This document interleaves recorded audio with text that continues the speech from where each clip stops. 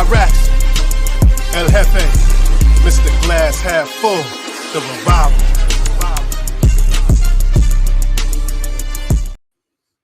Guys know what this is. Peace and blessings. It is your boy, Eli Rax, a.k.a. Vibes, and welcome to New York Revival, where it's not just sports, it's entertainment. And I'm here with my brothers, man. You guys know who this is, and that's Mr. Glass Half Full, and next, Spee if you nasty now. Let's go. And I'm here with my brother El Jefe, a.k.a. White Jersey, a.k.a. Blue Jersey, a.k.a. Damon Daniel. And shout out to you. Yes, you, the revivalist. Hit that thumbs up, share, and subscribe. Guys, we wanted to give you something, a quick little show here. Give us our thoughts here on Tyrod versus, I'm about to say Danny DeVito. You hear me, man? Everyone does it. I know. And Tommy DeVito, man, we want to give you, of course, what we're thinking, why or who or what was starting over who, and we'll go from there. But first, man, I just want to pose this question to my guys here. I want to get your thoughts really quick, man. Tyrod, El Jefe, Tyrod or DeVito? Which one would you go with as far as starting if you're Coach Daboll? In the current state of the Giants, I think they made the right call with DeVito. He's won 2 games in a row. He's a rookie. I don't think anyone expects him to be a long-term starter or potential solution at the position, but you already know what Tyrod is. There's nothing else to learn there. So go with DeVito, because if he fails, you've lost nothing except you got a better draft pick, right? If he does well, then you've got yourself another guy in the quarterback room. That's where I'm at. So I think they made the right call. Mr. Glass, speak. Yeah, I mean, I was sitting here trying to should I just go with Tyrod just to be the opposing voice? But man, I put it on a tweet too. I just don't understand the reason to go back to Tyrod other than playing towards your vets. That's the only real good one that makes sense, because you don't want to I guess quote unquote lose the locker room. But every other box should be checked for Tommy DeVito. He could be here next year. Even if Daniel Jones is a QB2, he could be your QB3. Even if he's worse than Tyrod, he betters your draft pick for next year, so you can get your quarterback if you're thinking that way. He has moved the offense almost just as good, if not better at times, than Tyrod did in his couple games. So listen, we all understand Tyrod is a better quarterback. I think we all are in agreement here. Right now, if you went head to head, Tyrod is the better quarterback. He's better in the pocket. He does a lot of better things. But we've seen some good things out of Tommy. And now he gets the bye, which is when rookies, usually after the bye, that's when the light really starts to go on for him. He's just started his first 2 games. Now he's got the bye. Let's see if he could still get better, right? So there's so many boxes to check for DeVito that it's obvious. And the least of which is this. The Paisan he's making it fun again, man. He's making it fun right now. if nothing else, he's given us some entertainment during a lost season. Hell yeah. If you go with Tyrod, I just don't see it working out well either way. If the Giants do well, then they're going to finish 7-10. Right. What's your goal? Exactly. Then Tyrod's gone, and you're left with the 14th pick in the draft. What is the fucking point of that? And how much better? Right. How much better is he than DeVito right now? Does he win you 1 more game or 2 more games? Either way, you're at 8-9, 7-10, as opposed to 6-11. What's the point? What are you trying to do here? And if it's just to appease the lock, the vets got to understand what's going on here. Then you haven't been in a losing season if you don't understand what the long-term development of what you need to see, this team needs to see. You have to understand as a vet. I know you have to stick with your guy. And Tyrod's great for the locker room. But you got to see a long-term plan, right? I tell you this too, what do you right? think? No, I totally agree with both of you guys. You got to go with Tommy DeVito here, right? He has the, I guess you could say, quote-unquote, hot hand, right?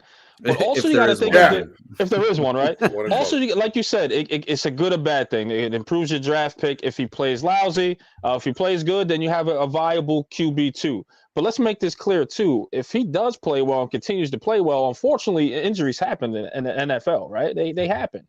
So he could be a great trading piece for a 4th round, 5th round. Maybe if he's playing that well enough, maybe you can potentially get a 3rd round pick for this quarterback here. You know what I mean? So it's a great position to be in no matter what. So if he succeeds, then you say, okay, we could trade him and pick up somebody else on a waiver wire or as free agent, or maybe we could sign Tyrod Taylor back off the street if another team doesn't pick him up by that time. Colt McCoy will probably be in the street too by that time as well. So who knows? There's so much good that could come with this. Now, again, we understand Tyrod Taylor is the better quarterback. Don't get it twisted. But why if it ain't broken, don't fix it at this point.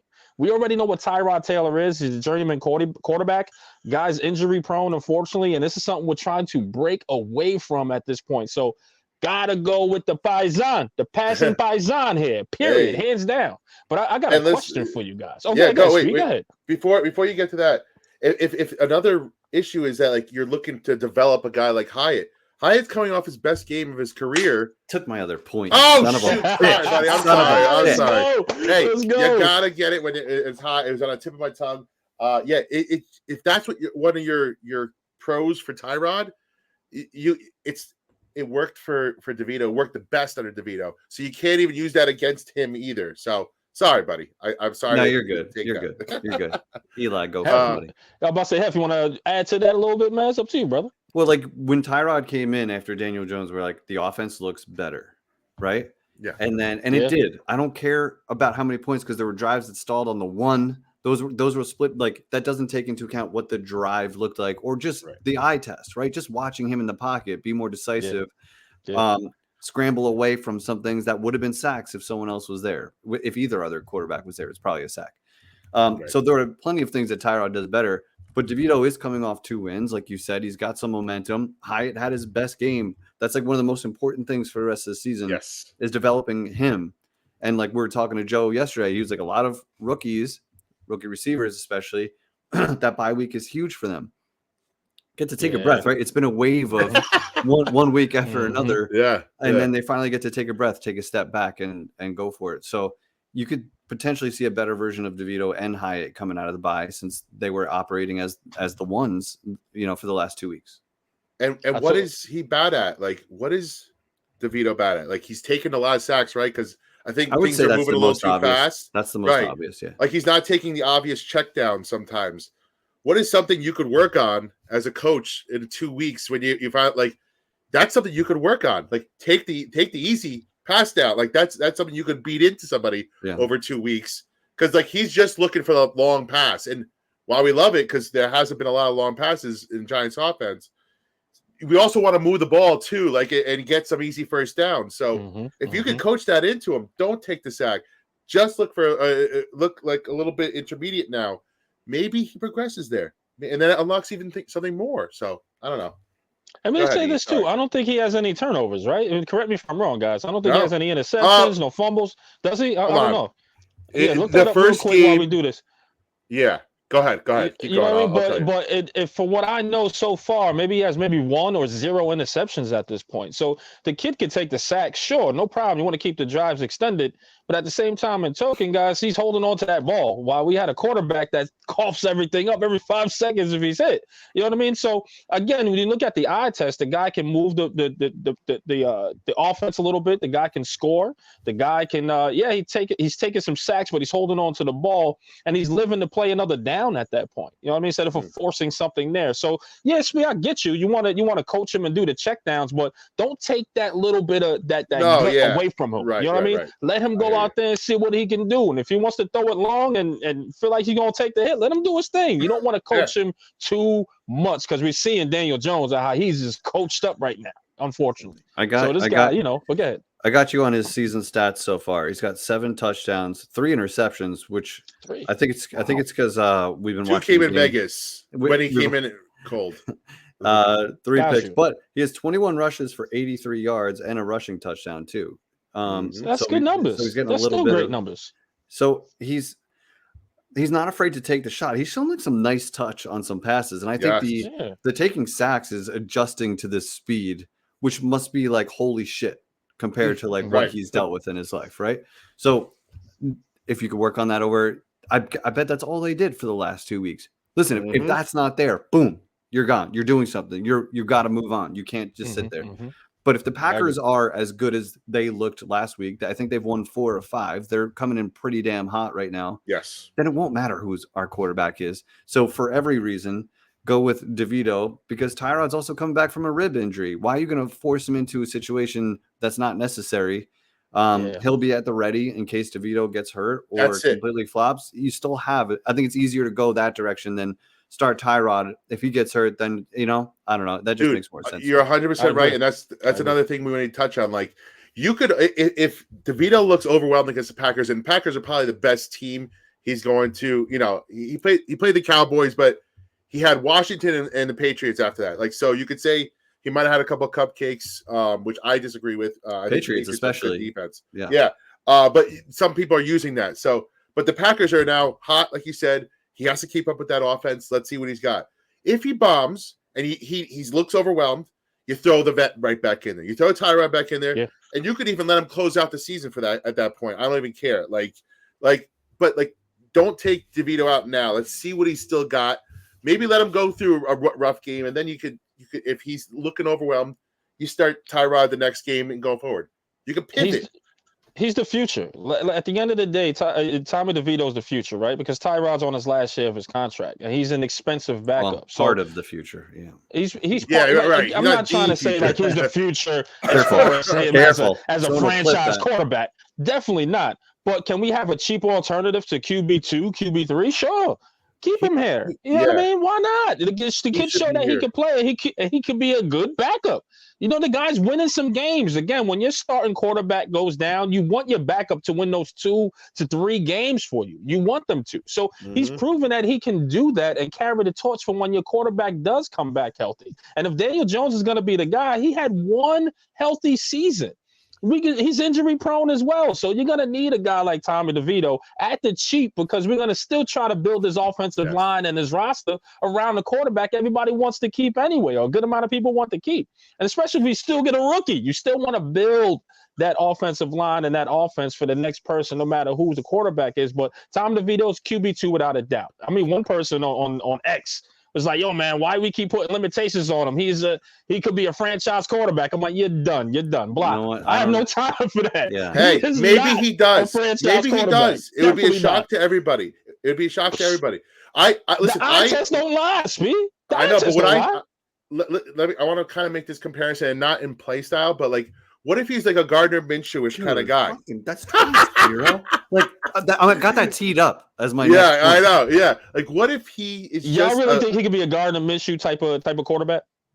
I think that there's a chance. There's a chance. Maybe a Nick Foles.